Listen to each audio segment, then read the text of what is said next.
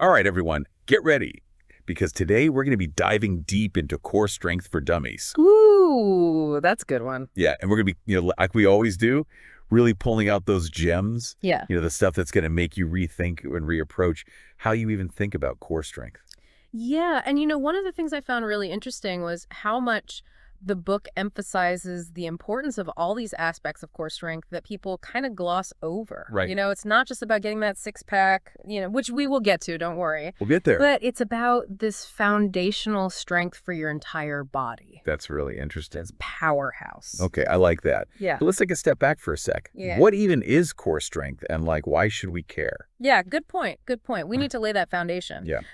The book defines core strength as the strength of your entire midsection, so not just your abs. Okay. Like people think, but it's your back muscles, your pelvic floor, even your diaphragm. All of these muscles work together to stabilize your spine and create a really strong base for movement.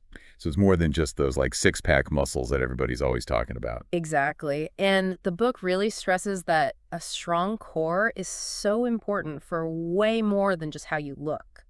Okay. I mean, think about it. Every time you bend, lift, twist, even just standing up straight, you're engaging your core. Yeah, that's true. It affects your posture, your balance, how efficiently you can move, even your breathing. Wow. I never really thought about it like that. I never connected core strength to just everyday activities. Yeah, it's a huge connection, and this is where things get really interesting. Okay.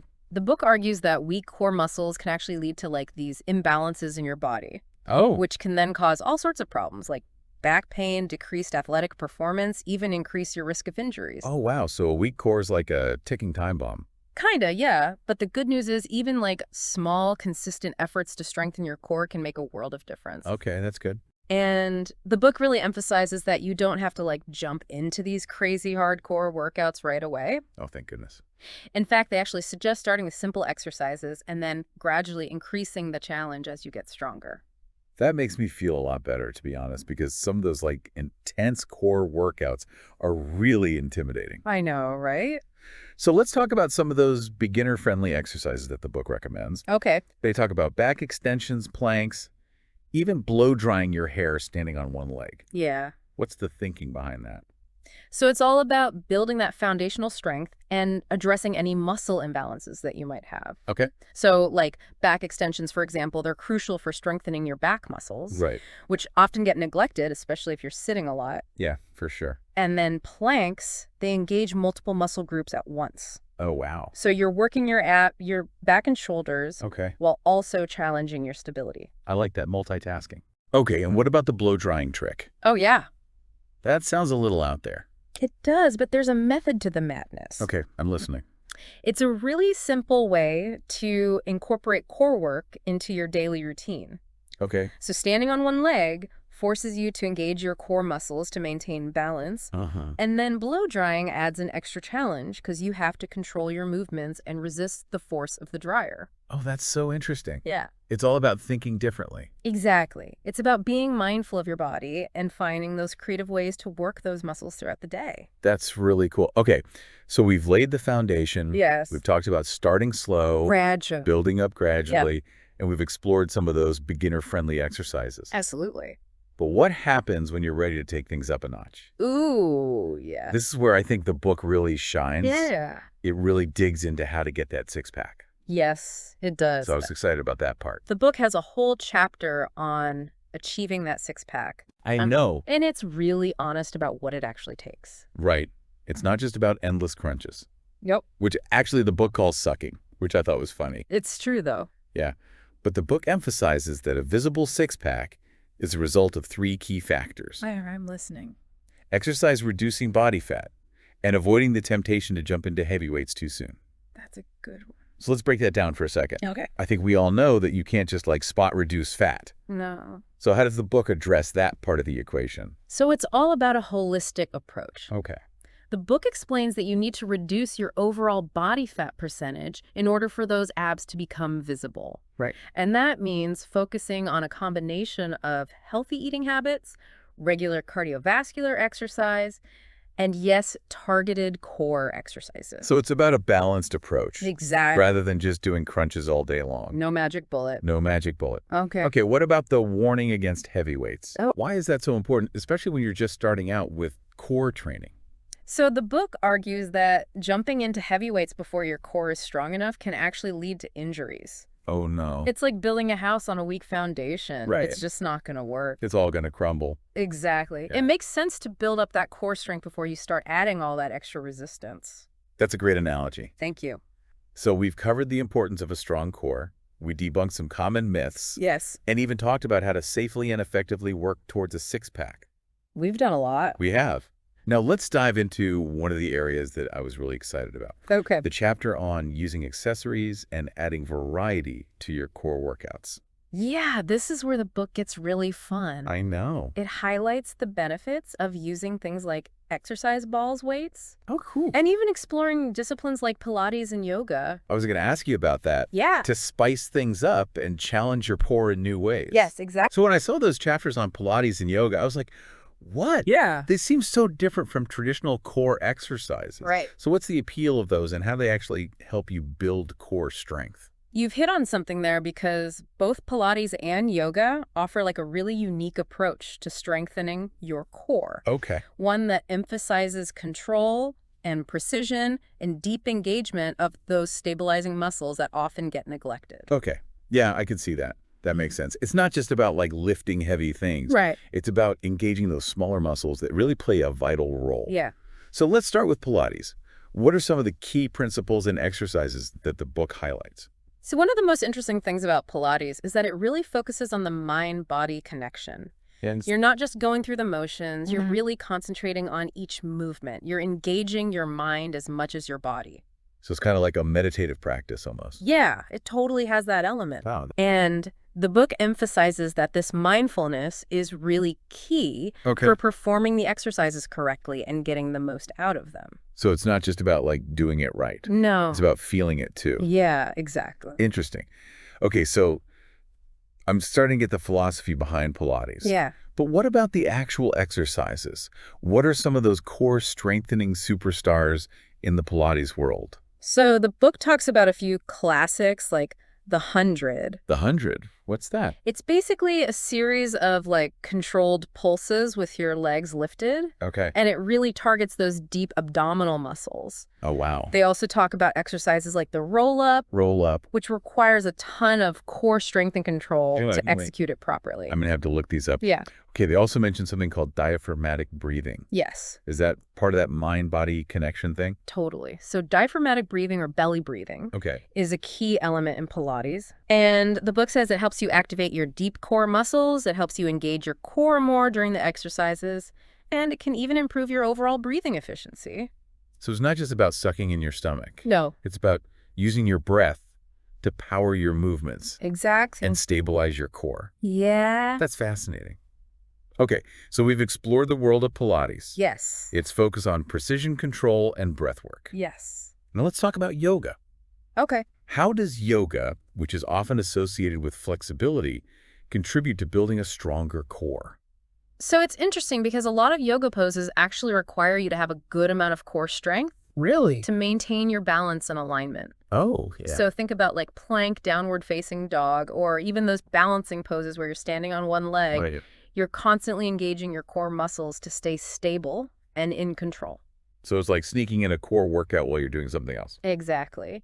And the book highlights a few poses that are really great for building core strength, Okay, like what? like boat pose, Goat pose. side plank variations, Oh, yeah, I've heard of those. and even twists, which really work those obliques. Oh, I bet. Yeah. So you get that nice definition. Yeah. Okay, what about the intensity level? Is yoga as effective as those traditional core workouts? It really depends on the type of yoga you're doing Okay. and the specific poses that you're holding. Right.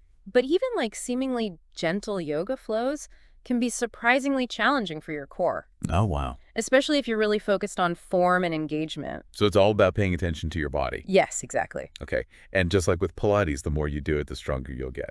Absolutely. Consistency is key. Okay, so we've explored Pilates, we've talked about yoga, Mm. and we've seen how both of them can help you build a stronger core in their own way. Yeah.